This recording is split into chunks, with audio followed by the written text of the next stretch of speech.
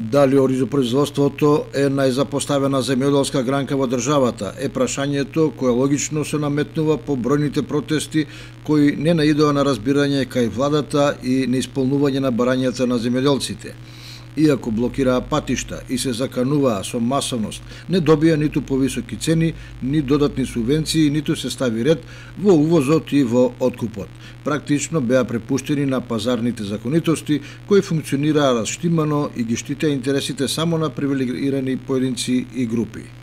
Малку оптимизам кај земјоделците влеа раздржувањата во откупот и цените пред крајот на минатата година.